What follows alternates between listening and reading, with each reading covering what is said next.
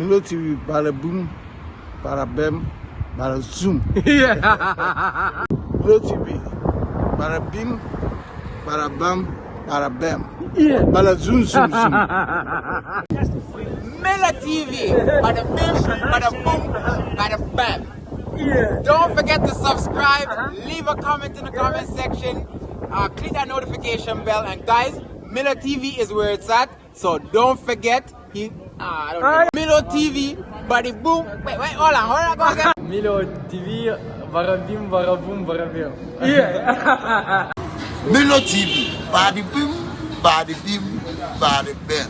Yeah. Yeah. Milo TV, bada bim, bada boom, bada bam. Yeah. Yeah, it's here too. Okay. Milo TV, bada bing, bada boom, bada bim. That's it. Milo TV.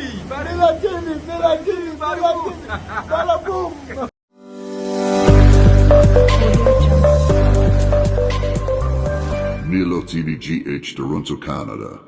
Body bin, body boom, body bem. Ear. Okay, so this is Milo TV. We wish our viewers Merry Christmas and Happy New Year. From the office of Bayat, he will also tell you whatever he will say when the time reaches for him to talk. All right, by way of introduction, my name is Prince Kojeteria. I'm a YouTuber. I used to be a broadcast journalist back home from Ghana. Used to work for like 3 different radio stations in Kumasi before I came to Canada. Start from Otek FM, Nkoso Radio, Fox FM, and then I moved to Canada. Now, the last 3 years has opened a door for our dear brothers and sisters to come to Canada.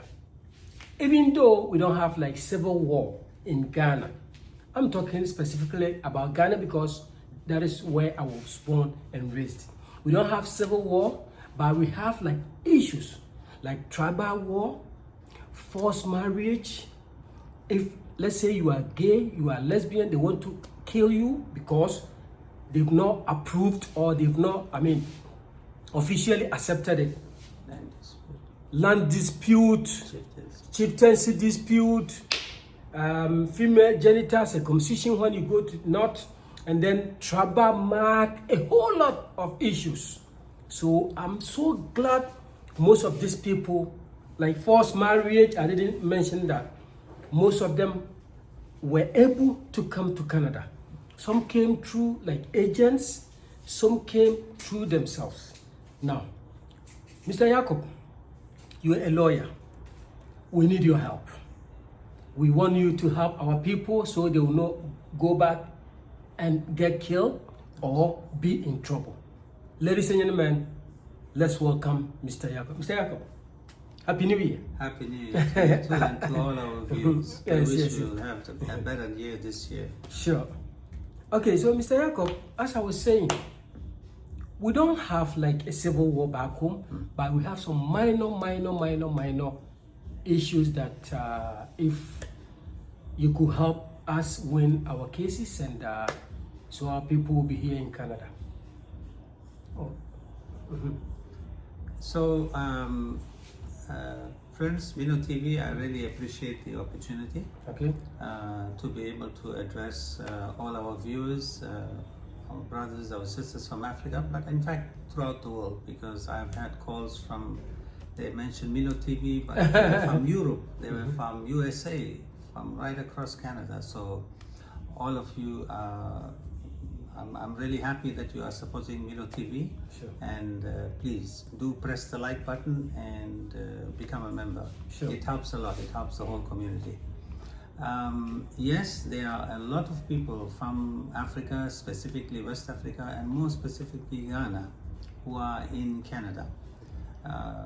They have different problems, different issues regarding immigration, and like everybody, they would like to make Canada their new home. Okay. And I would say that's a very great opportunity. Okay. Unfortunately, I've had many calls, people who have already been assigned a lawyer to them through legal aid. Okay. And this is no fault of their own. They don't have finances and they took legal aid. Okay. What I've heard from those who have come to me is that they are already in the process, the applications have been made, but they have many problems. Now, while you are viewing, you probably want to ask so many questions, but I will tell you what I've heard, the complaints. People who go to legal aid, they found that most of the time they have very, very little time, if not no time at all with the lawyer. Sure. The office, whoever the lawyer is, takes their story and simply sends it to the government. They don't review it, they don't talk to the client, they don't ask them questions, try to fix errors that may be in there, things that a lawyer should do for you.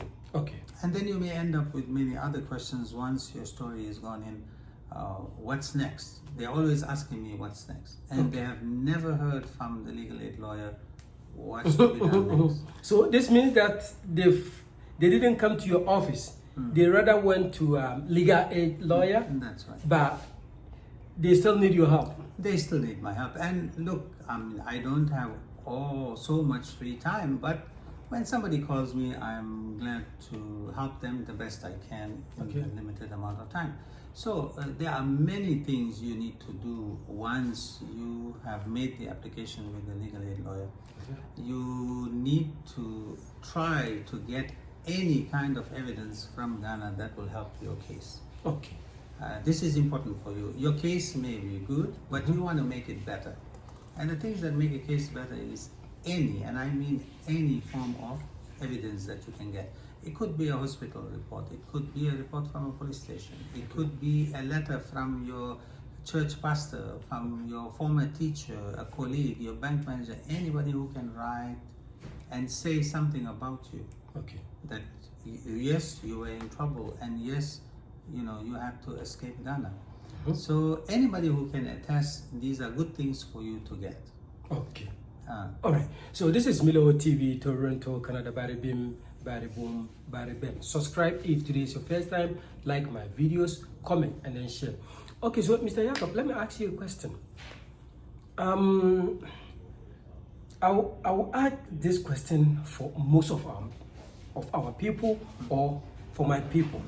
The thing is that most people doesn't believe there are some minor issues going on back home. And I'm like, you being an immigration expert or immigration lawyer or consultant, how would you convince the board to understand that we have like minor issues like I was talking about, like forced marriage, like female genital circumcision, like somebody says male to male, you don't understand. Somebody says like my dad is a pastor, I want to be a Muslim, like religious, all these things. We have all those problems. So how would you differentiate or let these people know that we have these issues back home? Yeah, so maybe the easiest way for me to help you out for the viewership is to tell them the issues that the Canadian government is aware that are prevalent in Ghana. Okay. These are the issues which, if you mention is a problem for you, it becomes easier for you to get asylum. So what are these issues that the government in Canada is aware of? Okay. Number one, if you were gay, lesbian, bisexual, anything to do with LGBTQ, the Canadian government is very well aware that the community in Ghana in general, the government in Ghana, the police in Ghana, all of them are against this alternative lifestyle. Sure. So if anybody in Ghana is subscribing to an alternative lifestyle, and if they find that there is some problem, whether it's from the police, from the government, from any authority, from their own family members, from the church, it doesn't matter your religion. Okay. You have a legitimate issue that you can use and ask Canada for protection. Asking Canada for protection is basically asylum. Okay. So that's one of the things. Okay. What else? if you are having some issues with land disputes, Okay. if you find that there are people who are trying to take the land away from you, Yeah. we know in Ghana this is going on more and more now that they are finding precious minerals in Ghana. They're finding oil, they're finding something valuable, Yeah. and suddenly the farm which your father, your grandfather had, which is coming to you, now it's become very valuable because next door to your farm, few kilometers away, they are finding all these valuable things. So people now they want your land. So land dispute is a very big thing, and yes, if somebody is trying to attack you, your life is in danger, you can get asylum. Okay. Okay, chieftaincy. Yeah. We know in general in Africa, in Ghana specifically, you may be forced to take up a chieftaincy. Okay. Or maybe you want to do it, it is in part of your tradition, but there may be another family that is disputing your right to be a chief, so they want to kill you. Or you don't want it, Yeah. and then because of the traditional values, now your life is in danger because you are refusing. So whatever the problem is regarding the chieftaincy, if your life is in danger, then you can apply for asylum. Okay. If there is anything religious based, whether it is female genital mutilation, whether it is forced marriage, whether you want to be any particular religion and somebody is stopping you, all of this, or somebody is forcing you into a religion, Okay. all of these are bases, very solid grounds for applying for asylum. Okay. All right, Mr. Jacob. I have guys like this is what they will tell you. They came to Canada intentionally not to stay, but they rather came for like vacation. And you know when you come for vacation, you have like 6 months Right. to go back. So this guy came and he was like, after like 5 months, he began to hear something back from back home because of a portion of land that the family gave him, or maybe what he said on radio or something. So the person was asking me, is it possible I could also claim, or since I'm in the system for like a year or a couple of months, I cannot seek asylum? Is it possible? Okay, so the first point, how long after you enter Canada can you claim asylum? Okay. You can claim asylum the day you enter Canada. Okay. You can claim asylum any time after that. It doesn't matter how much time. There is no rule. Okay. However, the longer you wait, then the judge will ask, why did you wait so long? If your life was in danger, don't you think you should have come forward and claimed asylum? Okay. So you may have a reason for waiting. Okay. Maybe you didn't understand the rules and you were very afraid. You thought that the moment you say the word asylum, maybe they're going to deport you. Maybe you're just afraid, you don't know. That could be a reason. The other reason could be that you were of the idea that you're not even allowed to claim asylum. It could be that you knew but you didn't have the money. It could be so many reasons. Okay. When the judge asks you, you just have to explain why it took you a while. That's number one. Okay. Number two, if you were in Ghana and you came here as a visitor, as a student, it doesn't matter how. If your life was not in danger in Ghana, Okay. but after the fact when you came here, now suddenly you hear from your friends or your relatives, listen, if you come back, it's going to be a big problem. Whether it's regarding chieftaincy, land dispute, anything. Okay. Or even you were bisexual, nobody knew, but now when you came here, somebody picked up the phone of your partner and found out you were involved in this. Now your life is in danger if you go back. Okay. So you can, that's grounds for asylum, but you should be able to show something that they found out. Okay. Okay. Huh?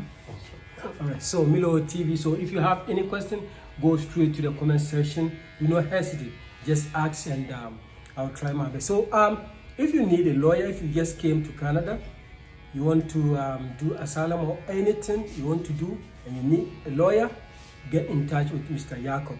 He's a regulated Canadian immigration lawyer. Okay, Mr. Could you give your phone number out so they will get in touch with you? So do forgive the oversight. I should have introduced myself in the beginning. The name is Yakub Bayat, B-A-Y-A-T. If you Google me, Bayat, B-A-Y-A-T, Immigration Services, it will come up. I'm Yeah, some people want to testify. They want to. People call me, Milo. I want to find out, is this man a regulated Canadian immigration consultant or lawyer? Absolutely. Yeah. So you are on Google. I'm on Google. It will come up first shot, and you will see there it's 450 the West Mall. You will even see a picture of an old historic house. It's not a house. It's an office. That's my office. 450 the West Mall, Toronto, Ontario. My phone number is 416-878-6716. If you're phoning from outside, you have to add the one, country code 1, 416-878-6716. I'm on WhatsApp. Feel free to call me. I don't charge people for a consult. Oh, okay. I was about to ask, like, do you take money for consultation? No, I don't. Because I know for a fact that most of our people, they don't have that kind of money, and they are afraid because they don't know who the person on the other side is. It's difficult for them to give money without knowing. So I give you that peace of mind. Call me, talk to me, I will answer your questions. Whether you use my service or not doesn't matter to me. As long as you are happy, I am happy. And when you come to me, you will find that you will be very much at home. You will feel very relaxed when I talk to you. I do not pressure anybody. So there is no obligation. Once you talk to me, you are free to do as you please. Okay. All right. That's Mr. Yakov. Mr. Yakov, so let's see the next question. So we have people here that they keep saying, mostly when they go for hearing, they have so many questions to be asked. Why did you came to Canada? How come you did not go to the nearby country? And like, who helped you to come to Canada? Blah, blah, blah, blah, blah, blah. Mr. Jacob, do you have a solution to that? Yeah, so when you go for your hearing, or even when you're making the application on the online portal, there are so many questions. But I don't think you should be afraid of all the questions they ask. They ask them for administrative service reasons. They need to get all your background information. What is important for you is the questions which either make you pass or fail your hearing. These are the questions that are extremely important. So, to pass your hearing, they need to find out, first of all, if your life was in danger. You need to be able to articulate, to say why your life was in danger and explain it. Then they're going to ask you if you tried to get help. If your life is in danger in Ghana today, if you are in any city walking down the road, somebody tried to to attack you or something, the first place you will do is you will go to the police. So they will ask you, did you go to the police? So you have to answer this question. If you didn't go, why didn't you go? And if you did go, they want to know, what did the police say? So this is very important. Another thing they will ask you, who attacked you? Now, if it's just a simple robbery, if somebody tried to attack you to steal your bag or steal your watch, Canada will not give you asylum. It has to be something. Watch is normal. It's not about threat to be killed or something. That's right. So you need to have something legitimate, which is what? Your life has to be in danger. And they will ask you, okay, so why is your life in danger? Then all the reasons which I gave before, whether it's chieftaincy, land dispute, bisexual, religion, whatever it is, you have to tell them the reason. And then they're going to ask you something very important. They're going to ask you, if your life was in danger, so did you move from Tema, maybe go to Cape Coast or to Accra? You have to say yes or no. If you say no, they're going to ask you why.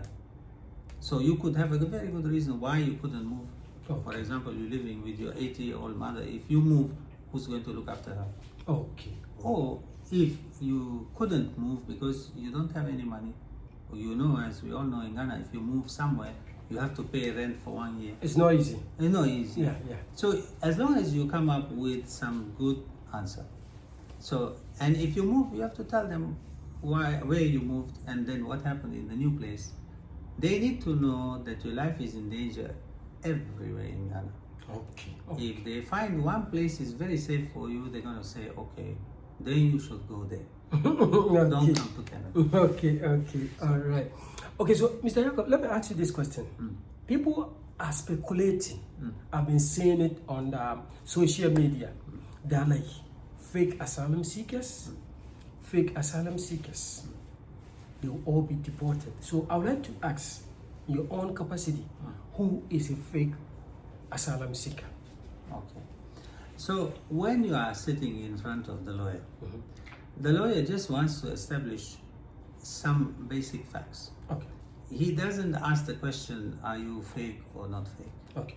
He will ask you questions to see if your life is in danger. Okay. He will ask you why your life is in danger. Okay. Then he will ask you if you asked for government protection, which is the police. Okay. Then he will ask you if you moved away or you didn't move away. Okay. If you answer these things correctly, he will decide only on that if you are going to be allowed to stay in Canada or not. Okay. He doesn't ask you, are you fake or not fake? Okay. The story you give to him is, they regard it as the truth. Okay. They don't question your story. What they do is, while you are saying your story, if they find out in your story you are changing all the time, or you don't know simple things, then they start to think, the judge thinks, is he telling the truth? If the judge gets the idea you are not speaking the truth, this will fail you. Okay. So they want to know if you are credible, if you are saying the truth. But they don't question what you say.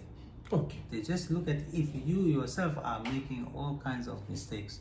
You say, oh, I was attacked in Kumasi. Then you change after half an hour, you say, no, it was not Kumasi, it was Tema. Then they say, oh, this man doesn't know his story. Okay. So, Mr. Jacob, let me ask you, they've been saying like, this guy is inadmissible. Okay. This guy is not this guy's issue, his case is not credible. Right. So the inadmissible and the credible, could you go, or especially the inadmissible? Inadmissible. Yeah. So you can apply for asylum. Okay. Maybe you have a very good case. Okay. Everything is true, but they find you inadmissible. Why? So asylum is something different. Admissibility is a completely different issue. For example, I'm going to use an extreme example so you understand it. Maybe they find out you were working with Boko Haram, these terrorist people in Nigeria. Sure. Maybe you were working with some, I don't know in Ghana if they have some terror organization, but they find out you were involved in torturing people or something. You are automatically excluded even though you have a good case. Because you were involved in something which Canada doesn't want. They don't want you. So in that case, they will refuse you even though your life is in danger. Okay. So if you were in the military in Ghana and you did some bad things to the people, and now your life is in danger, they will not give you asylum. You are inadmissible. Okay. So your case is good, but you did some things which make you inadmissible. There may also be some things which are not bad, but they are unfortunate. For example, you have a very, very infectious disease. So on health grounds, you are inadmissible. Oh, they can base on health grounds too. Okay. I just want to make something clear. Okay. Because HIV is so widespread, Yeah. HIV is not one of the grounds where they refuse you. Okay. They actually help you. Okay. So HIV is no problem. Okay. I'm talking very serious stuff. That doesn't mean that you should go and get infected with it. Absolutely. But if you had HIV, you are not going to be refused because of the HIV. Okay. But if you had a very serious disease like flesh-eating disease or even a sexual disease like syphilis, it's very infectious, they can refuse you on those grounds. Like a chronic disease. Something is spreading very fast. Okay. Okay, so this is Mr. Jacob Bayat, Immigration. So you can Google online and see if you are somebody like Thomas who would like to argue or so yeah. I have questions. Yeah, so there are some questions coming.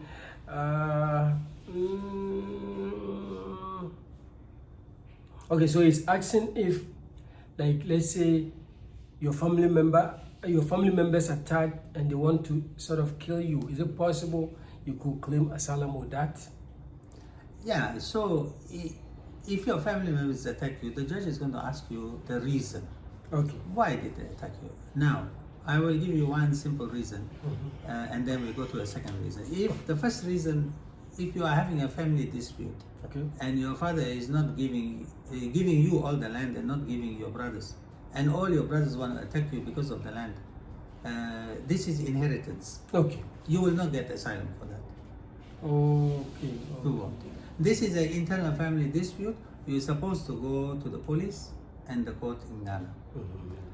When land dispute is something else. Land dispute is not your brother and you are fighting over your land. Land dispute is somebody, maybe some very rich person, some politician trying to take over your family land. Okay. From your family to outside.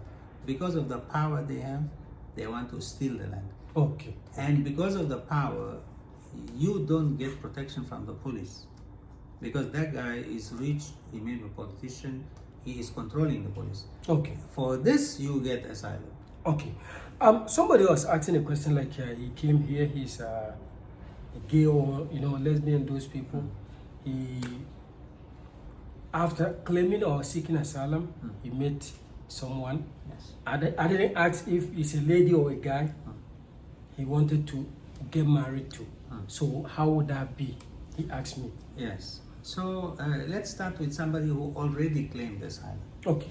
He already claimed asylum because he's bisexual. Sure. And now suddenly he meets a young lady and he wants to get married and change from asylum. He wants her because she's Canadian. Sure. She can sponsor him. This is allowed. You're allowed to change your claim or drop your claim Okay.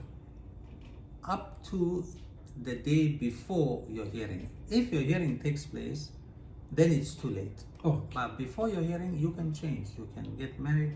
And if you claim bisexual, if you claim lesbian, you can change. You can change tomorrow. Maybe tomorrow you meet a lady and you get married. That is called heterosexual, which is normal marriage. Or if it's a lesbian, she meets a man. Because this is part of your thinking. One day maybe you like men, a man likes a man, maybe another day he changes. So there is no law that says if you applied bisexual, you must remain bisexual all your life. There is no such law. You can change. It's a mental state of mind. Okay. So this comes to this comes to you, as you said, mental state of mind, and there are some people, I like to use this word because they left their family back home, they left their wife, their husband, they are sort of traumatized, even though they are refugees. So is it possible when somebody comes to see you in your office, do you have somebody to, give him mental toughness? Yes. Do you have something like that to help you? Absolutely. This is a very, very important point. I'm really happy, that you brought this subject up. Sure. You don't need anything more than your story to pass or fail. Okay. But if your story is good, you likely will pass. But to make it better, to make your chance absolutely, you could say guarantee, although there's never a guarantee, but to make it like a guarantee, you need to get somebody else to talk for you. Okay. And what is that? Everybody who goes through a difficult time in life, whatever your issue may be, we end up getting affected mentally. Some people get mentally affected more, and some people less. But the thing is, these kind of bad experiences, they stay with us. They affect us in our future life. So, you need a professional to talk to you, to find out what your issues are. Sometimes even you don't know that you are traumatized. Okay. So if you came to me, I will arrange for you at no cost, zero cost to you. Oh, that's nice. Thank you. Yes, zero. Okay. I will send you to a specialist psychotherapist who will talk to you for a few hours and find out all the trauma that you have been through.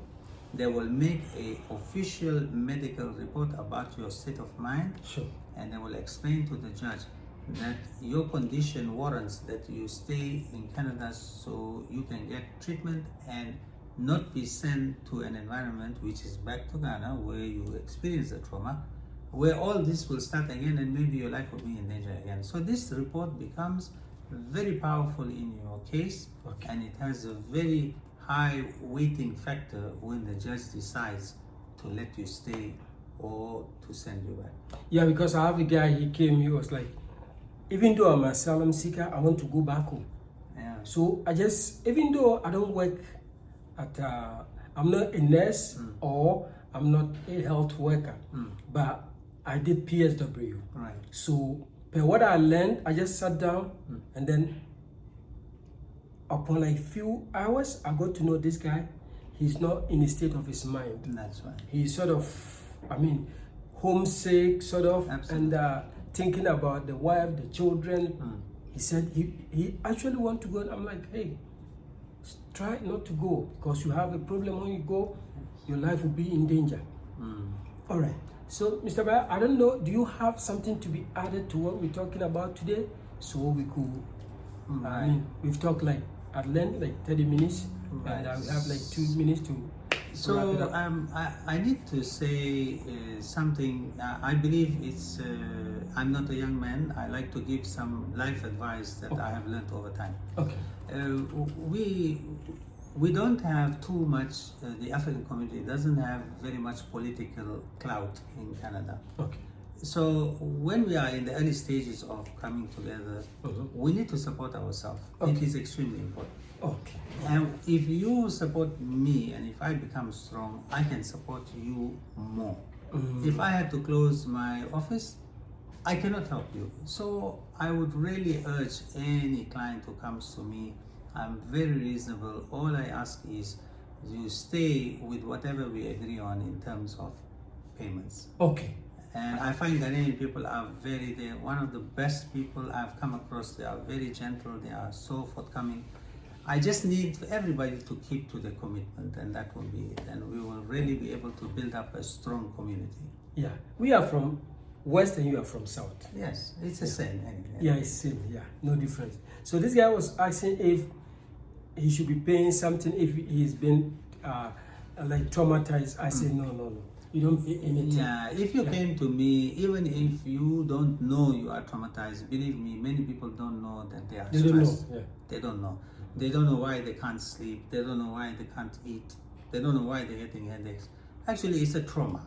In Africa, we don't talk about these things, so we don't even know we are traumatized. No. We have no idea.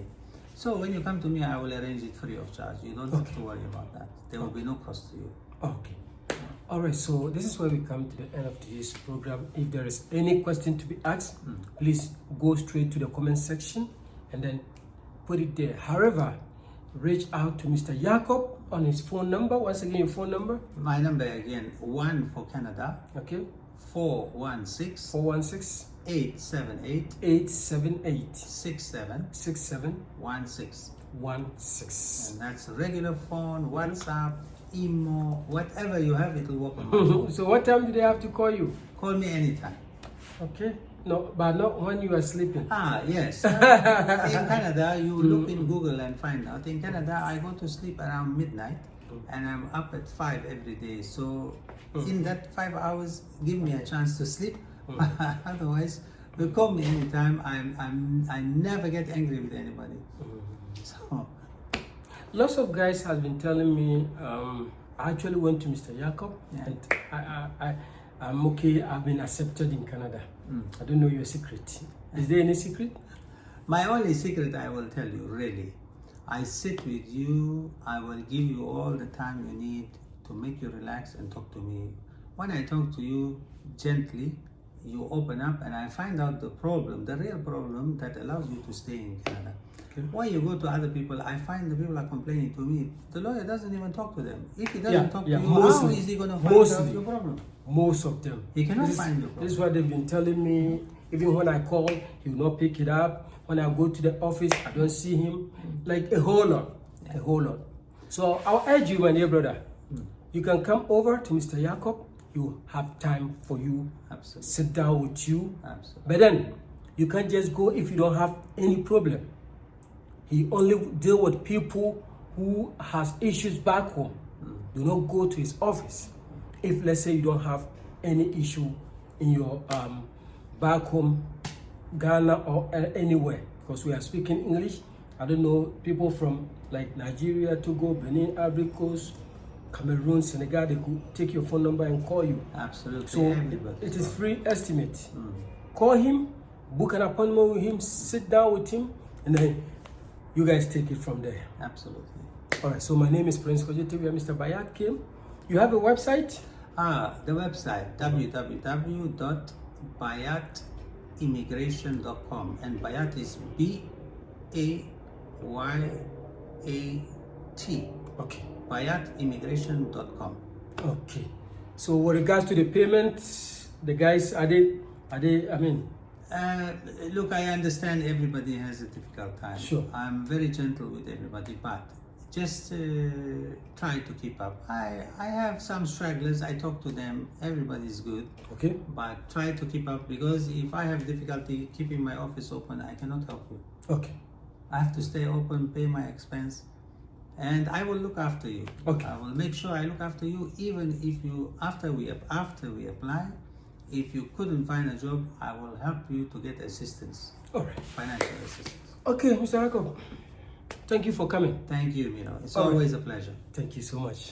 All right, so people, we are here to help our dear brothers to also not to go back home to get killed. So we are trying to let you get, your stay here in Canada. So reach out to Mr. Jacob if you have a problem, okay? He will help you. He is a regulated Canadian immigration consultant.